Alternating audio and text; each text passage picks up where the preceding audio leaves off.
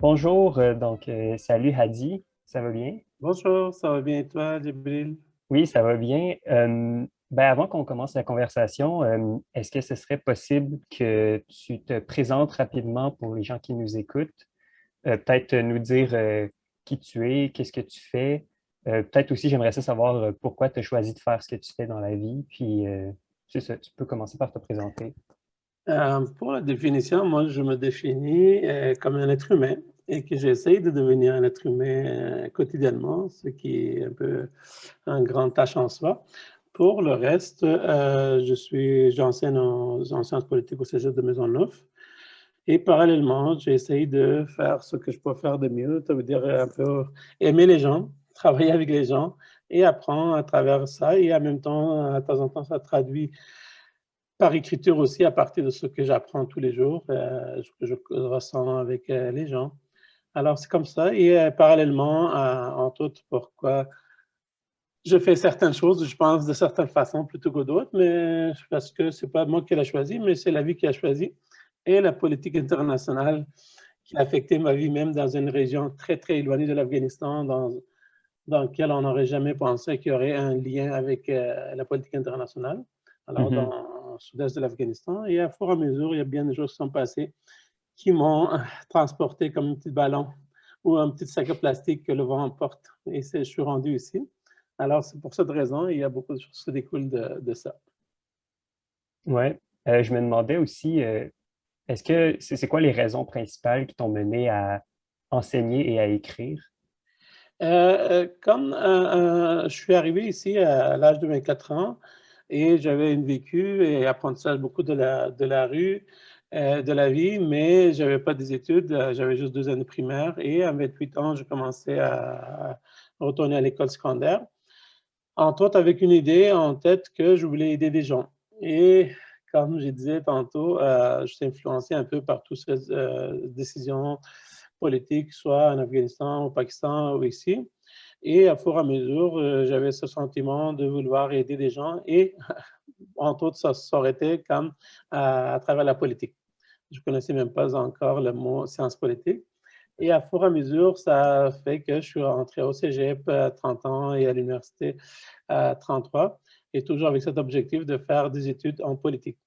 Et plus j'avançais, plus je réalisais que ce n'était pas du tout l'endroit où est-ce que je pourrais faire quelque chose de positif ou au moins d'une façon plus intègre. Et à fur et à mesure, ça m'a amené vers d'autres chemins, donc l'analyser des choses, transmettre des choses et apprendre des choses. Et l'enseignement, ça c'est venu comme quelque chose de soudain sur mon passage. Et l'enseignement, je trouve que c'est un lien qui est privilégié quand même avec des étudiants et étudiantes.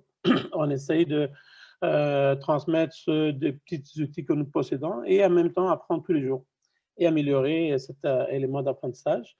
Et parallèlement, comme je dis, l'écriture est venue aussi à fur et à mesure du fait qu'il y a des choses qu'on aimerait bien partager, mais quand on partage avec des gens, une personne, 2 personnes très intimes auprès de nous, ça nous fait déjà du bien. Mais il y a un porté plus restreint et comme on veut et je voulais partager avec des gens ce qu'on vit en Afghanistan, des fois on les vit en Vietnam, on les vit en Somalie, on les vit à Montréal et dans le Laurentide en même temps. Malgré toutes les différences qu'on peut percevoir en première vue, les réalités humaines sont très, très proches. C'est dans ce sens-là qu'à fur et à mesure, j'ai commencé à écrire et que ce soit dans les journaux et à fur et à mesure sous la forme de livres. C'est justement cette idée de rester en communication avec mes semblables. Mhm. Merci. Euh, on va se lancer dans la conversation. Aujourd'hui, on va parler un peu du thème de l'immigration, mais mon intention, Mhm. c'était d'aborder le sujet de manière assez large. Surtout, sans toi pas restreint de parler uniquement d'immigration. On peut Tout faire le à fait. lien avec le plus d'enjeux possible, puis de vraiment ancrer ça dans un contexte historique, social, politique, le plus large possible. Donc, ma première question, ce serait par rapport à la catégorie immigrant et la catégorie réfugié. Donc, selon toi, qu'est-ce qui définirait ces classes-là ou ces catégories-là? Puis là, je demande ici au niveau canadien, québécois, Mhm. mais aussi à l'échelle globale dans notre système économique et social. Dans les deux catégories, en soi, il y a plusieurs sous-catégories, mais par quoi on peut le distinguer d'une façon beaucoup plus simple?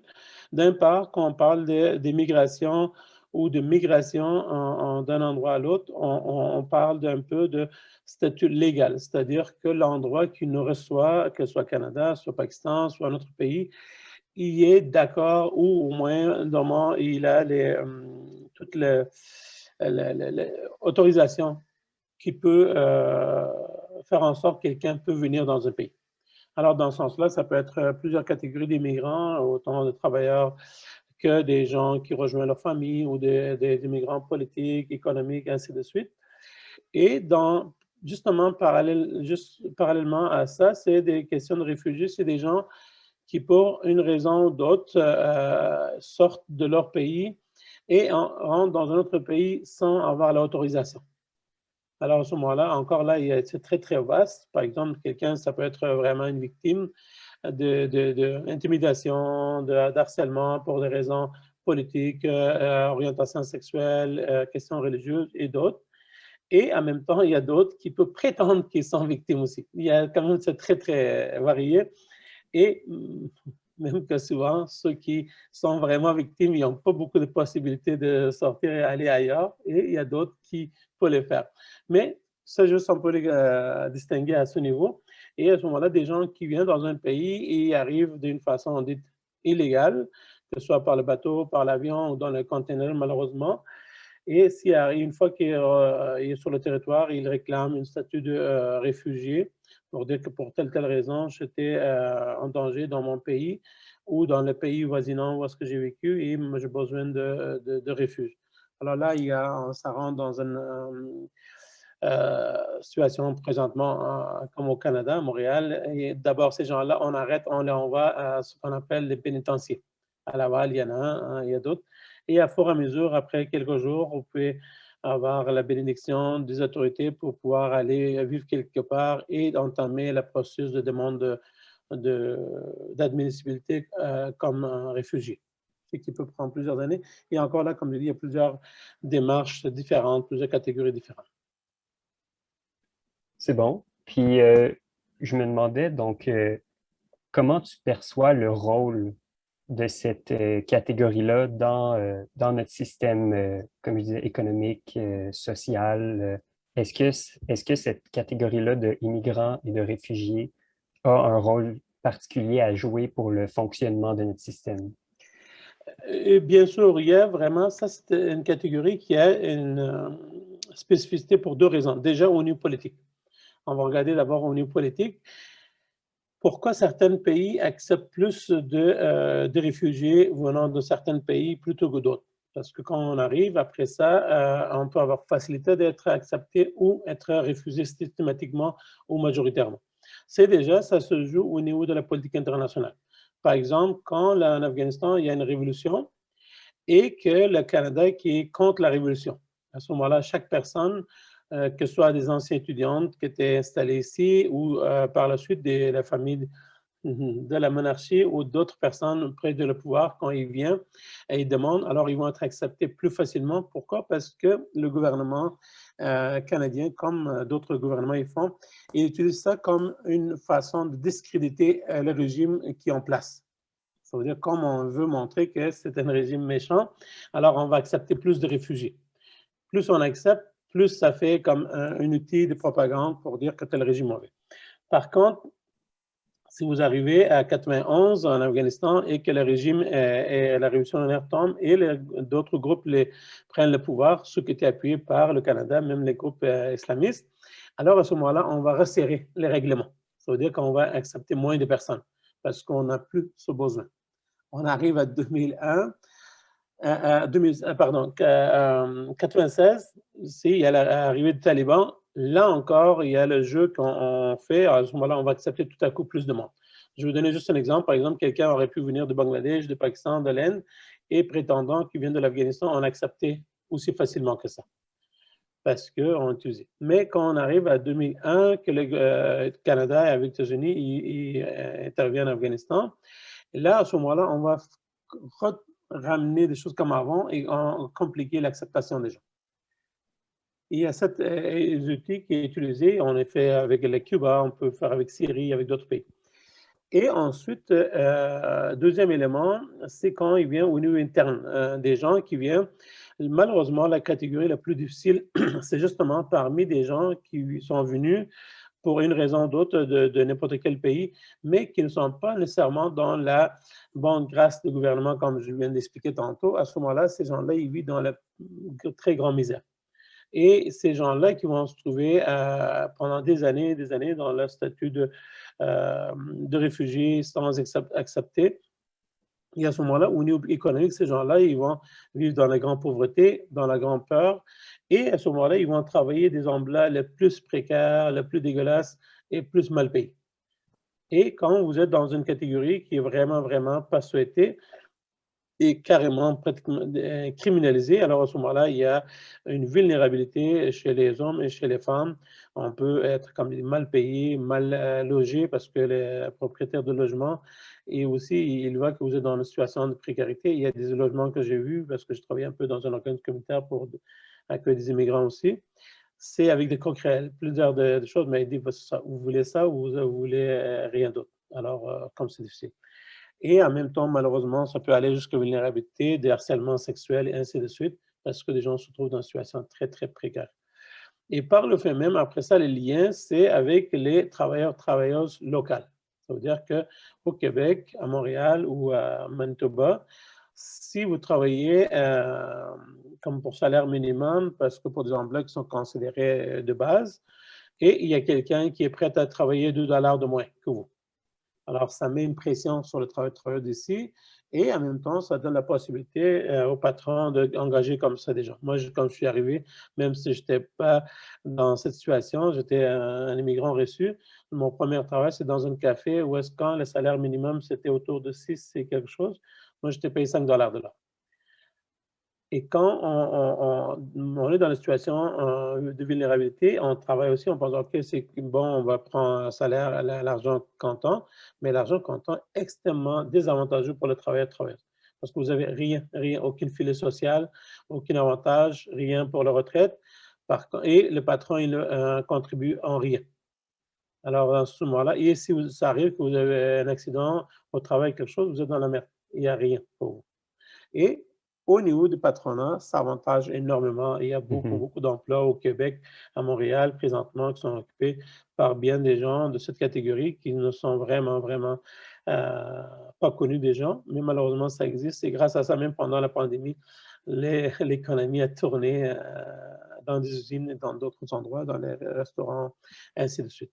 Alors, il y a un impact, ça joue sur les gens qui viennent dans ces situations, mais aussi, ça dégrade la condition de travail des travailleurs aussi. C'est-à-dire quand si on a plein de gens qui attendent, et en même temps, après ça, même quand les gens arrivent, dans les catégories des immigrants, souvent, des gens sont, par exemple, quelqu'un qui est éduqué et quelqu'un qui a une jeunesse, quelqu'un qui peut avoir toutes les qualités, alors il est dans beaucoup de vulnérabilité, alors il va être prêt à travailler de 20 $ pour un travail qui devrait être payé 40 $, comme menuisier, comme d'autres, jusqu'à la préposée bénéficiaire.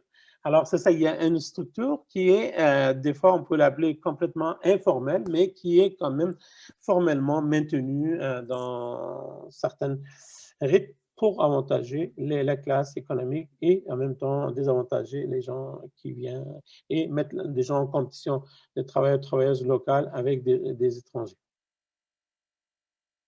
Ouais, puis je me demande justement cette précarité-là, puis un peu ce manque de pouvoir-là euh, qui fait que la catégorie immigrant ou réfugié, elle est si opprimée. Est-ce que cette catégorie-là pourrait, à l'intérieur de notre système capitaliste, exister autrement? Ou c'est un peu une nécessité du système que ça se décline de cette manière-là, en fait? Voilà, ça c'est une très bonne question. C'est-à-dire que c'est à l'intérieur du système. Mais système, comme on dit, si par exemple, si on était dans un autre système où est-ce qu'il n'y en avait pas le rapport de profit et d'exploitation de travailleurs-travailleuses, là, on n'aurait pas besoin des immigrants, immigrantes, et s'ils venaient, ils seraient dans une catégorie comme tout le monde. Ça veut dire que tu travailles comme tout le monde, tu recevras ce qui reçoit tout le monde. Mais on est, comme tu l'as dit, on est dans un système capitaliste. Alors à ce moment-là, ce qui est libre marché, alors ça veut dire le patron a droit d'engager des gens comme il veut. Même si au niveau officiel, quand même, il doit respecter certaines affaires. Par exemple, il y a justement la compagnie, euh, présentement j'ai oublié les noms, qui produit justement des produits vaseline, ainsi de suite, mais qui ont travaillé énormément les dernières années par rapport à les produits nettoyants pour la pandémie. Il y a la majorité des gens qui travaillent. Par exemple, déjà, ceux qui travaillent officiellement, mon frère, il vient de travailler ma belle-sœur pendant 25 ans. Et après 25 ans, ils sont restés toujours en salaire minimum. Et quand il a reçu sa lettre de retraite, il était quand même assez choqué pour voir qu'en plus d'avoir travaillé comme salaire minimum et des longues heures, ça ne donne pas grand-chose au niveau de retraite. Et souvent, pourquoi? Parce que les gens sont passés par ce qu'on appelle les agences. Les agences de placement. Les agences de placement, c'est un phénomène capitaliste extrêmement brutal aussi, qui prend des gens, par exemple, quand on arrive ici, même des immigrants reçus ou les immigrants réfugiés, on doit, comme on ne peut pas avoir accès à certains emplois bien gardés, bien payés, alors même pour les emplois les plus précaires, il faut passer par ces agences. Et ces agences, par exemple, si un emploi qui devrait être payé 15 de l'heure, ils vont dire aux compagnies qu'ils vont trouver des gens à 10 de l'heure.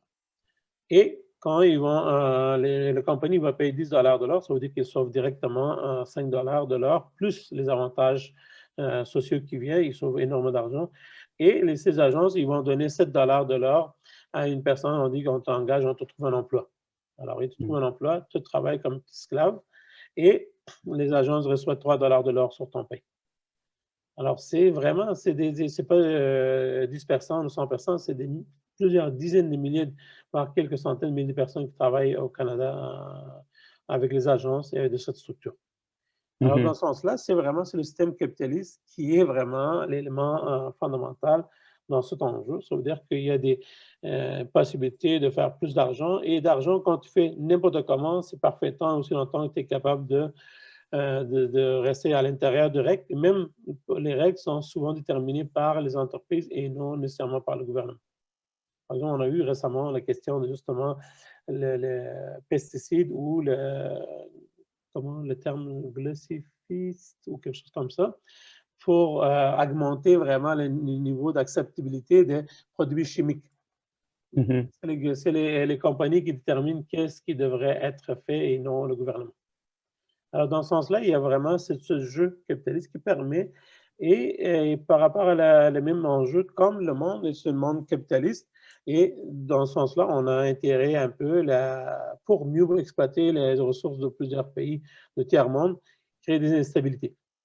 Quand on crée des instabilités par coup d'État, par l'appui de certains groupes militaires, paramilitaires et d'autres pour déstabiliser les régions, ce qui permet que constamment, il y a une instabilité politique et qui amène une instabilité alimentaire et sécuritaire.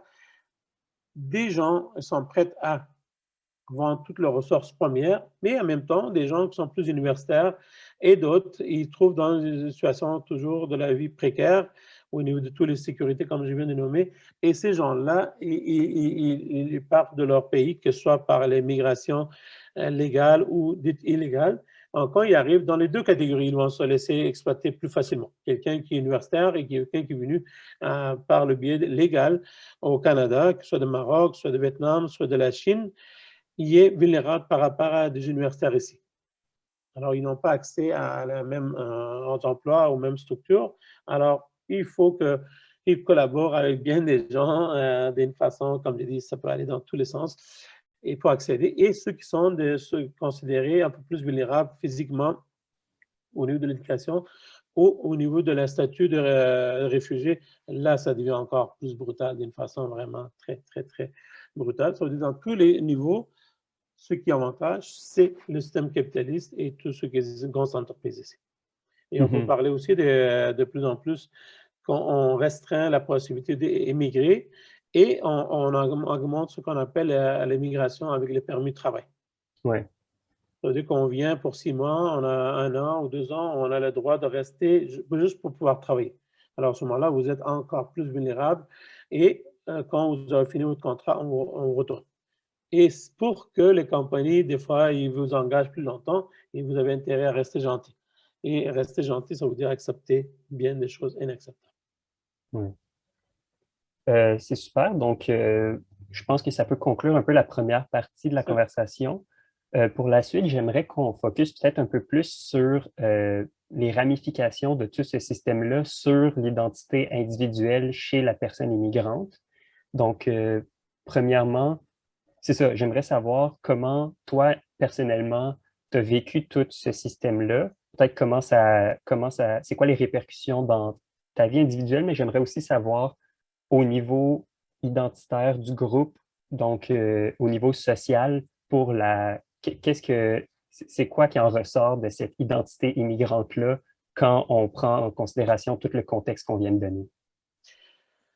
je vais partir avec un petit exemple personnel pour mieux saisir après, parce que les dynamiques qu'on vient d'expliquer, il est au-delà des questions de blanc, brun ou noir, et au-delà de nationalité, parce que les capitalistes, ils n'ont pas de couleur, comme les exploités n'ont pas de couleur et n'ont pas de nom.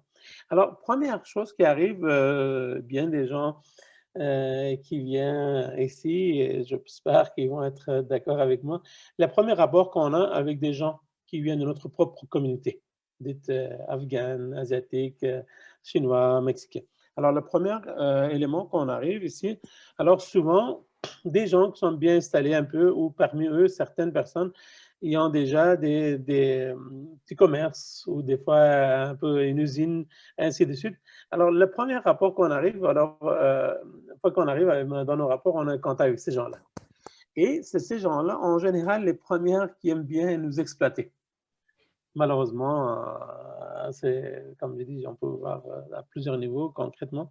Et comme je dis, moi, je suis arrivé, tantôt je parlais d'un travail que j'ai fait dans un café et que j'étais payé 5 de l'heure. Et chaque jour, je devais travailler 2 heures et demie, j'étais payé 2 heures. Et au total de la semaine, j'étais payé 15 heures. Pourtant, je faisais plus que 20 heures et avec aucun avantage et ainsi de suite. C'était quelqu'un qui ne venait pas du même pays que moi, mais qui avait la même religion que moi. Ensuite, le deuxième personne qui était justement de la même communauté religieuse, que je nommerai pas, mais qui était là pour nous aider un peu beaucoup. Et il dit, tu vas venir demain travailler avec moi, OK? Qu'est-ce que tu veux travailler? C'est le matin, il partait tout le matin dans sa camionnette et je suis allé avec lui. Et il allait au marché Jean Talon, avant c'était un peu marché populaire, il achetait des légumes. Et ensuite, on allait les vendre dans les épiceries, chaque épicerie à l'autre. Alors, moi, je faisais comme un petit esclave avec lui. Et à la fin de journée, on a passé 4-5 heures. Il donnait 10 dollars. Et comme, en plus, au livre de prière, il me mettait comme dans ma poche, comme s'il venait me donner un cadeau. Alors, ça, c'est déjà le rapport. Et après ça, il y a eu plusieurs usines des gens de cette communauté qui fabriquaient des compagnies, des plastiques, tous les verres plastiques, les sacs plastiques. Et ils ont engagé des Afghans qui venaient d'arriver et avec vraiment un travail qui est très mauvais pour la santé et avec des salaires de merde et travail de nuit. Ça, c'est juste, et comme je pourrais donner exemple, ça peut être avec beaucoup de Chinois, Chinoises, malheureusement, se font exploiter autant dans le magasin et que dans les petits endroits, dans le sous-sol où est-ce qu'ils les font travailler comme des couturiers ou d'autres, et jusqu'à salon de massage et ainsi de suite. Malheureusement, ça se passe d'abord avec ça. Et ensuite, l'exemple comme on crée, en même temps, comment on garde ces gens-là d'exploitation toujours en définissant, ah, nous sommes des Afghans, nous sommes des Vietnamiens, nous sommes des Somaliens, alors on crée cette dynamique. Et par le fait même, on éloigne des gens du contact avec des gens dits blancs, parce qu'on fait la division. Et parallèlement, l'autre côté, malheureusement aussi, quand on veut exploiter plus des blancs possibles, et on va les faire peur avec des immigrants et immigrantes qui viennent d'arriver. Vous voyez, ils sont en train de voler vos emplois. Ils sont en train de même, je ris beaucoup avec ma copine, avec l'élément qu'on disait justement dans la commission Bouchard tout à l'heure. Il y a un bonhomme qui est venu, mais il disait quelque chose de très triste, mais un peu, ça a répondu dans la pensée. Et il était debout, il disait, Monsieur le commissaire, j'ai 5 ans. Ça fait 35 ans que je suis célibataire et ce n'est pas par choix. Ce qui voulait dire qu'il est célibataire parce que les immigrants, ils sortent avec des blanches. Mais c'est une idée qui est quand même entretenue, vraiment entretenue pour dire que les immigrants, ils viennent voler vos emplois, vos conditions de travail et même jusqu'au fond. Alors, de deux côtés, on crée beaucoup cette dynamique et ce qui fait que dans les deux catégories, on exploite plus les gens. C'est-à-dire qu'on met un contre l'autre, ça va aller jusqu'à plusieurs niveaux et maintenir ce climat des clivages entre les immigrants et des gens locaux, en même temps diviser plus possible, plus éloigner plus possible, parce que quand on a l'occasion de se côtoyer, on réalise que je suis venu de Chicoutimi, de l'Afghanistan ou de la Chine ou de Somalie ou de Mexique, on est les mêmes êtres humains. Nous vivons les mêmes réalités, les mêmes sentiments et les mêmes exploitations. Mais pour éloigner ces gens-là, on crée beaucoup et jusqu'à du gouvernement, il joue beaucoup sur ça. Quand on parle de politique de multiculturalisme qui sont très bons en première image, on dit oui, on veut respecter les gens avec leurs traditions, avec leur culture, mais malheureusement, c'est une ghettoisation. Ça veut dire qu'on ne veut pas reconnaître Djibril comme un être humain, même il est né ici, mais on veut les mettre dans la catégorie des gens d'origine vietnamienne. Et on va faire toujours affaire avec qui? Ceux qui sont considérés à la tête de la communauté vietnamienne. Même chose en fait avec des Afghans, avec des Hindous. Et notre Premier ministre va aller s'habiller en telle et telle affaire. Et ce qui maintient, et à ce moment-là, de l'autre côté aussi, il y a des gens qui font vraiment le commerce au nom de telle ou telle communauté. Il devient les représentants, ainsi de suite. Et malheureusement, ça crée une dynamique qui est très néfaste pour des gens le plus bas de l'échelle, c'est-à-dire travailleurs, travailleuses, que ce soit des immigrants, immigrantes, soit des blancs, et on les maintient. Maintenant, majoritairement, des gens au Québec, des blancs aussi, travaillent à salaire minimum. Et sont vraiment dans une situation assez misérable. Et au niveau de la consommation aussi, ils sont aussi exploités que des immigrants. Et les immigrants aussi, quand ils arrivent, majoritairement, on va dire, acheter une belle voiture, acheter une belle maison, alors payer toute autre vie. Et des gens dans les banlieues ou même à Montréal, bien des blancs et blanches, ils font la même chose. Alors vraiment, c'est la même dynamique, mais on va créer plus de divisions possibles. Et malheureusement, même des gens ou défenseurs de certains groupes, ils reproduisent la même image aussi. Par exemple, présentement, on parle des Olympiques.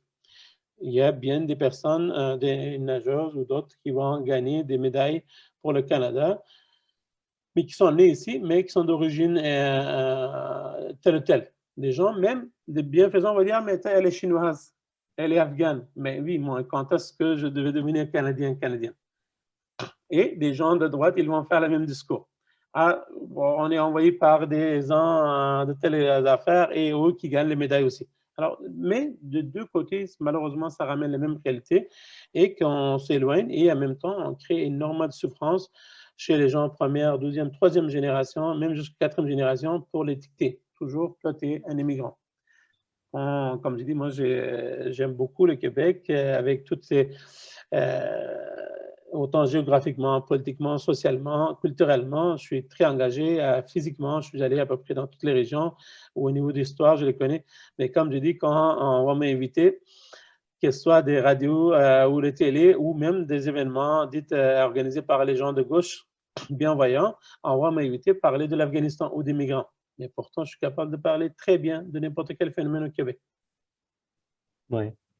Alors, à ce moment-là, toutes ces identités, malheureusement, sont maintenues, sont reproduites. En même temps, on va dire que même c'est nécessaire. Mais pourtant, ça ne crée qu'une structure d'exploitation qui favorise vraiment les groupes dominants.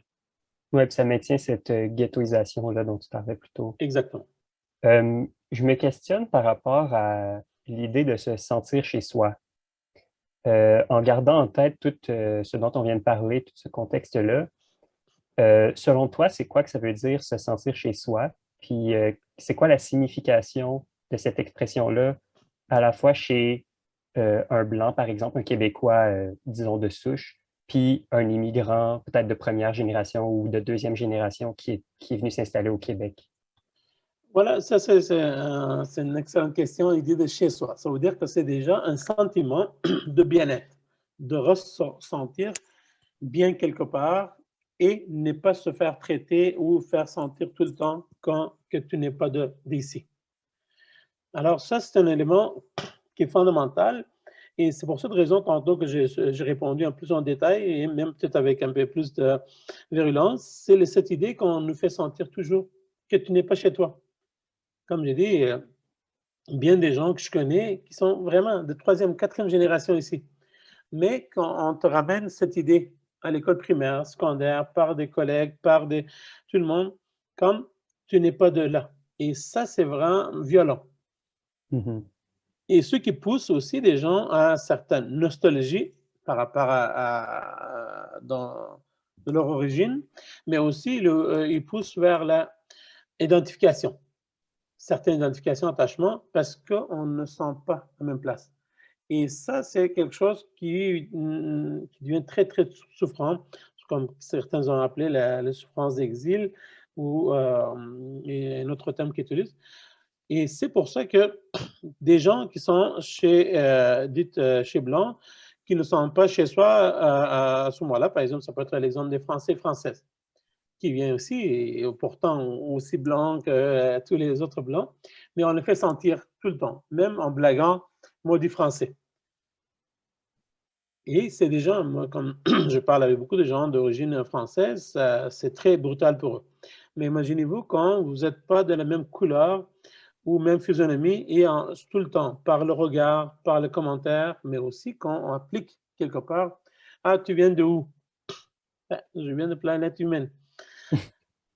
Mais on te fait sentir toujours, c'est ça, ne pas être chez soi. Sinon, on peut être très bien ici ou ailleurs et des gens qu'on oublie aussi.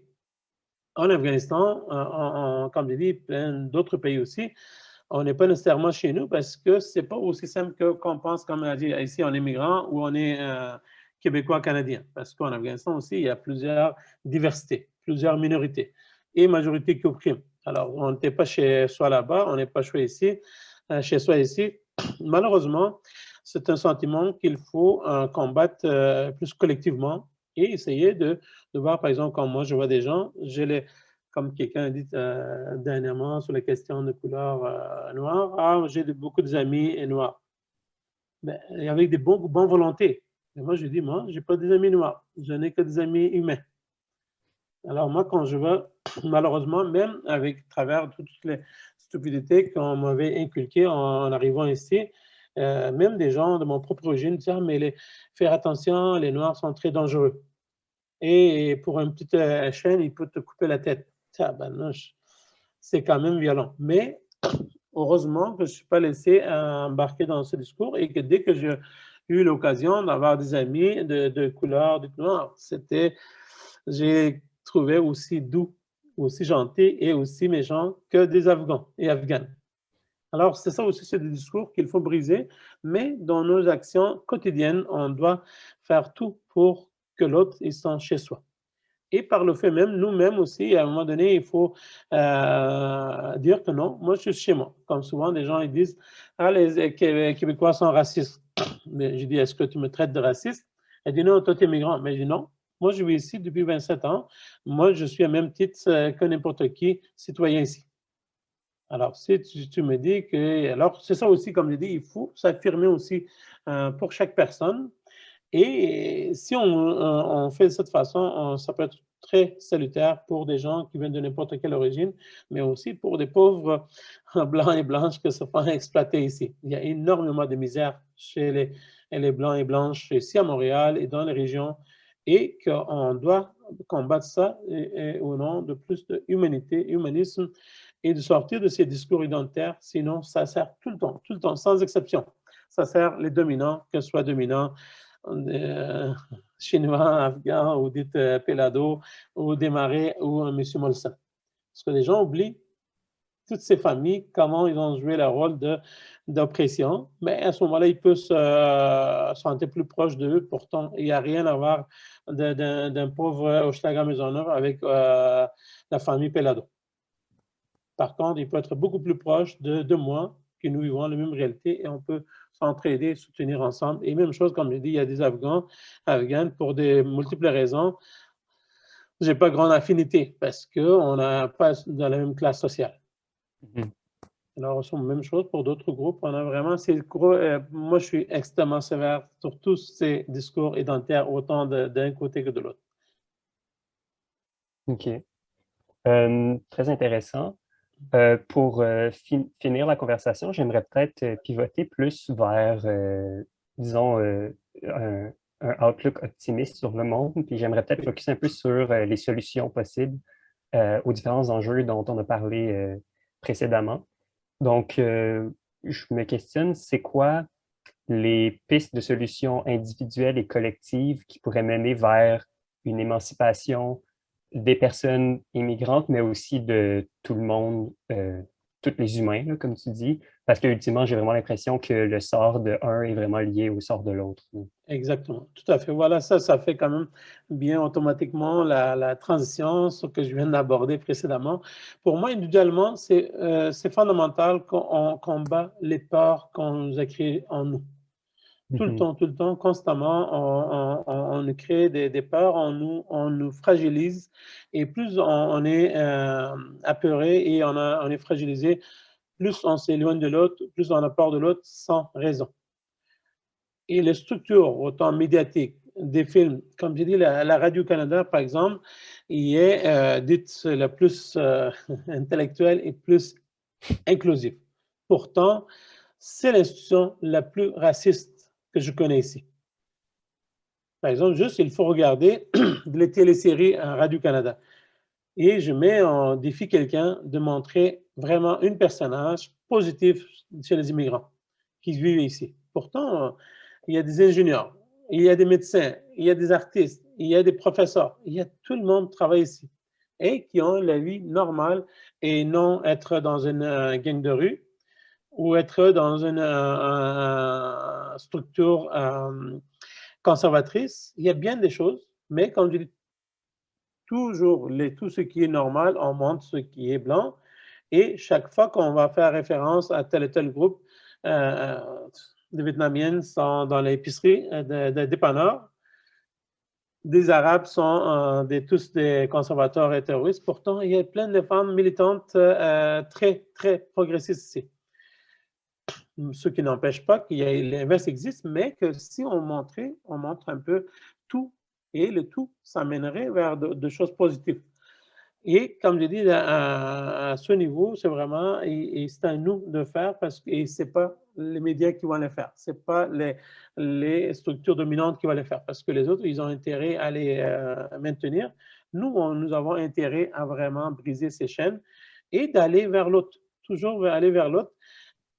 C'est sûr qu'une grande part, ça devrait se faire à partir de groupes qui sont sur place. Par exemple, quand on va dans un party, en général, les gens qui sont déjà là devraient être accueillants. Quelqu'un qui rentre, alors on doit lui dire bonjour, ça va bien, alors pour que l'autre personne se sente bien. Mais malheureusement, on n'est pas dans cette culture. Ici, j'ai dit même chez mes amis, très à gauche et très inclusif, et je vous mets au défi d'aller quelque part et regarder. Soit dans un parc ou chez quelqu'un, vous arrivez, et si vous êtes gêné, il n'y a personne qui va venir vous dire bonjour, bien, comment ça va, on va présenter, ainsi de suite. Et alors, à ce moment-là, on doit faire ce travail. À partir des gens d'accueil, ça serait vraiment génial. Mais si ça ne se fait pas de ce côté, pour les nouveaux arrivantes, on a intérêt à pousser ça. Ce que moi, je l'ai fait quotidiennement, ce qui fait, heureusement, que je peux maintenant enseigner dans un cégep au lieu de travailler encore toujours dans des usines. mais aussi ailleurs, faire ma place. Moi, je dis non, moi, je ne prends pas la place de quelqu'un, mais je prends ma place. Et on m'a dit, même à l'université, dans les classes, des profs d'université, supposément bien éclairés, on m'a dit que je prenais trop de place. Je dis non, je ne prends pas trop de place, je prends ma place. Alors, socialement, partout, et il faut prendre sa place. Il faut prendre sa place. Et comme immigrant, immigrante, et aussi des gens défavorisés au niveau des Blancs et Blanches qui sont là depuis quelques centaines d'années, ils ont intérêt à prendre leur place.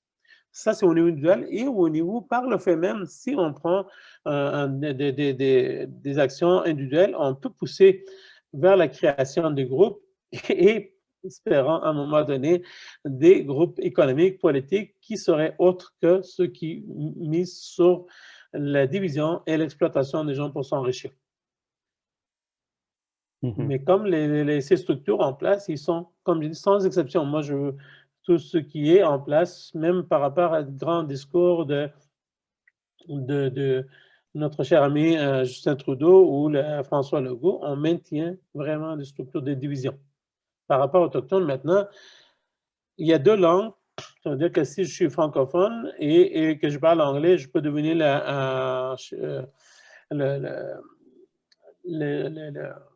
le juge de Cour suprême. Par contre, si je suis une personne autochtone et que je parle déjà deux, trois langues de mon origine et que je parle soit anglais ou soit français, je n'ai pas le droit de devenir un juge de Cour suprême parce qu'il faut que je parle deux langues officielles. Deux langues officielles, c'est l'anglais et le français. Et présentement, on voit certaines critiques envers la nouvelle gouverneure générale, que moi, je suis extrêmement contre cette structure monarchique, mais je trouve vraiment ridicule de ceux qui disent qu'elle ne parle pas deux langues. Mais même notre premier ministre, il parle très mal français, pourtant il est anglophone, francophone et d'origine francophone. Alors, comment on peut demander? Mais c'est ça qu'on appelle les structures qui empêchent l'intégration d'autres groupes. C'est pour ça que moi, j'entends beaucoup plus de groupes individuels et des collectivités qui vont aller vers un changement. Et ces gens-là, je leur demande d'être cohérents et ne pas reproduire la même chose qu'on dénonce. Dans tous nos groupes, d'aller vraiment vers l'autre, essayer de faire sentir l'autre que nous sommes les mêmes les êtres humains. Et travailler dans ce sens-là et non de reproduire parce qu'il y a beaucoup de reproduction par les gens dits plus progressistes des mêmes dynamiques qui malheureusement favorisent le maintien du système inégalitaire du capitalisme et des gens de droite. Alors si on veut le briser, on a intérêt à agir d'une façon cohérente pour qu'on puisse faire des changements et à ce moment-là, on pourrait y arriver à d'autres choses. Oui. Pour terminer, j'ai ici ton dernier livre, donc, qui s'appelle Minahao Adalat, l'amour et la justice. Oui. Puis, comme dernière question, j'aimerais peut-être faire un peu un lien avec ton livre et savoir, tu parles d'amour et de justice dans le titre. De quoi aurait l'air un monde plus juste? Puis, qu'est-ce qui te donne espoir qu'un monde plus juste est possible? Voilà, c'est pour ça que le lien, c'est l'amour et la justice, parce qu'il ne peut pas y avoir la justice sans l'amour. Et il ne peut pas y avoir l'amour sans justice. Par exemple, je vais expliquer un peu avec des façons plus décortiquées, c'est-à-dire pour qu'il soit quelque chose de juste, il faut qu'il y ait cet amour en nous. Ça veut dire que si on n'est pas habité par l'amour, et alors à ce moment-là, même quand on lutte, malheureusement, on est motivé par un désir destructif. Et malheureusement, on ne fait que des dégâts. À bien des endroits où est-ce qu'on a essayé et on crée des dégâts parce qu'à l'intérieur, nous, il y a quelque chose de beaucoup plus destructif plutôt que quelque chose de plus doux. La douceur, qui est quelque chose d'extraordinairement fort et considéré toujours une faiblesse. Pourtant, quand on a cette douceur, on peut faire des choses extraordinaires, par exemple déjà avec nos enfants. Si on a une douceur et un amour, on va comprendre qu'est-ce qui est dans le bien-être de l'enfant. On prend soin de l'enfant, on l'écoute au lieu de leur imposer des choses. Malheureusement, on fait énormément de dégâts comme parents parce que justement, il y a un manque de douceur et d'amour en nous, même en prétendant l'amour, parce qu'il y a un phénomène très présent, c'est quand on confronte l'amour et la possessivité. on veut posséder nos enfants plutôt que l'aimer. Et quand on veut posséder, on veut qu'il fasse, il fasse des choses ce qu'on veut, plutôt que de l'écouter. Qu'est-ce qui est bien pour l'autre, pour l'enfant? Et en même temps, jusqu'à d'autres niveaux, on est habité malheureusement par d'autres choses, par l'amour, ce qui n'est pas constructif, et par le fait même, qu'est-ce qui est juste? Alors, comment l'amour peut être juste? Comme je dis justement, si j'aime quelqu'un et que je suis juste, alors je vais justement ne pas imposer mon amour à l'autre. Par exemple, moi j'aime beaucoup mes neveux et nièces, je vais tout faire pour prendre soin d'eux, être proche d'eux et les accompagner et non de les dicter. Quand j'aime mes copines ou ma copine, alors, ou n'importe quelle femme, alors je vais faire tout à partir de l'amour. Et l'amour, c'est quoi? C'est un sentiment extraordinaire que jaillit en nous. Et quand je vois cette personne, par sa personnalité, par sa beauté, par sa bien-être, je suis heureux. Alors à ce moment-là, moi, je vais regarder tout ce qui fait du bien à l'autre personne et non tout ce que moi, je voudrais qu'il lui fasse de bien ou que cette personne m'appartient. Malheureusement, il y a beaucoup d'assassinats des femmes parce qu'il y en a qui pensent que je l'aime et si je l'aime, elle doit m'appartenir et si elle ne m'appartient pas, alors je le tue. Ou je suis dans une relation et ma blonde ou ma femme, elle a envie d'embrasser quelqu'un d'autre et elle a couché avec quelqu'un d'autre. Je comprends ce que je veux dire, ça peut être choquant pour bien des gens, mais si je suis vraiment amoureux, alors pour moi, ça veut dire que cette personne avec qui je suis sent justement le besoin pour son bien-être d'embrasser quelqu'un d'autre, faire l'amour avec quelqu'un d'autre. Alors si je l'aime, ça ne devrait pas créer un monstre en moi pour la punir, ou plutôt comprendre, oui, c'est ça qui sont ses besoins, et si c'est ça qui les rend heureuse, moi je suis heureux. Mais malheureusement, même à Montréal, au Québec, c'est pas comme ça qu'on pense. Souvent, dans toutes les séries, dans nos conversations avec camarades, toujours à tel embrasser tel, tel a aimé tel, tel sacrément, on peut tout juste laisser vivre l'autre. Dans ce sens-là, ça veut dire que si je suis juste, je dois faire quelque chose qui est bien pour l'autre et non de leur imposer quelque chose d'injuste. Injuste, c'est justement, par exemple, moi, si j'ai envie de sortir dehors, j'ai envie d'avoir du plaisir, alors c'est ça qui me fait du bien. Alors, toute personne qui m'empêche de ça, c'est injustice.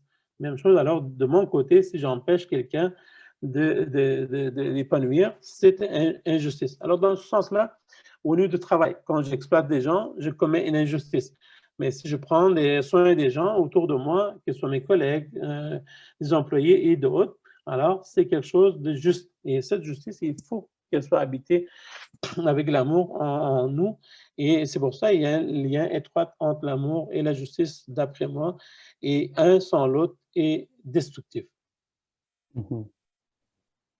Au moins, c'est ce que je pense. Merci, Hadi. C'était Plaisir. une super belle conversation. Je suis vraiment content qu'on ait pu discuter comme ça. Plaisir. Pour terminer, est-ce que tu veux dire aux gens peut-être où ils peuvent se procurer ton livre? S'ils ont envie, mais ce n'est pas ça qui est Ils ont envie. essentiel. Voilà, c'est ça aussi, ce n'est pas ça qui est essentiel, s'ils ont envie. Mais moi, ce que je dirais aux gens, vraiment, vraiment, prenez le temps de vivre chaque jour. Et chaque jour comme le dernier jour. Et chaque jour, s'approcher de soi au lieu de juste être toujours par rapport à le regard de l'autre, le regard social, ce qui m'impose. Et en faisant ça, on fait la violence. Plutôt, moi, je dirais l'amour de soi. Et l'amour de soi et le narcissisme, ce n'est pas du tout la même chose. Parce qu'on nous tape souvent sur la tête pour dire qu'aimer s'aimer, c'est narcissisme. C'est pas vrai. Une narcissique, c'est la personne qui ne s'aime pas, mais qui fait tout pour prétendre qu'il s'aime. Et c'est la personne, l'amour de soi, c'est quelqu'un qui s'écoute, qui est à l'écoute de ses besoins émotionnels, psychologiques, sociaux, physiques et sexuels, et ainsi de suite. On s'écoute, on prend le temps, on s'invite en cuisinant pour soi-même. Je sais qu'on ne sait pas les bonnes choses qu'il a enseignées, mais ça veut dire que si je m'aime, je prends soin de m'inviter. Alors, il crée ce rapport et en créant ce rapport, on aime beaucoup plus les autres et on est beaucoup mieux avec les autres et on crée quelque chose de beaucoup plus positif autour de nous. Et à partir de là, quand on fait du sport, on fait des études, on lutte pour de la justice Et contre les injustices, on le fait beaucoup mieux en dégageant quelque chose de positif. Et juste pour vous dire qu'il y en a énormément de gens comme nous. Il ne faut pas penser que vraiment le monde est tous rempli de un gang de salopards, mais juste que, désolé de dire, ces salopards, ils prennent les moyens pour maintenir leur saloperie, mais nous sommes parfois passifs. Il ne faut pas rester passif, il faut créer le lien d'amour, comme je dis juste maintenant, présentement, vous êtes à Rimouski, je connais des personnes là-bas, blancs, bruns, et les deux. Même si on n'est pas né sur le même continent, on ressent les relations familiales. Et il y a bien d'autres gens. Alors, mais pour ça, il fallait oser, il faut s'exprimer, il faut aimer l'autre, et l'autre répondre. Mais si on attend toujours que l'autre le fasse la première fois, malheureusement, il y a énormément de gens, sérieusement, autant à Montréal, Québec, Rimouski, qu'à Kaboul et Afghanistan, il y a énormément de bonnes personnes, mais souvent, malheureusement, on se laisse aller par la dynamique sociopolitique, économique, et religieuse et culturelle, et on s'éloigne de nous-mêmes, et par le fait même, on s'éloigne de l'autre, on ne reconnaît pas l'autre, et chacun embarque dans cette dynamique. Moi, je suis tout seul comme ça. Mais non, on peut être beaucoup plus. Et dans ce sens-là, il y a beaucoup de choses positives sur la planète, mais il faut le faire d'une façon plus active. Ça pourrait être beaucoup plus donnant l'espoir. Ben, merci, Hadi. Merci à toi. Puis, ben, je pense que ça met fait un peu à notre conversation, là. Merci beaucoup. Ça fait plaisir. Bonne journée. Ben, merci. Plaisir. Au revoir. Bye. Bye bye.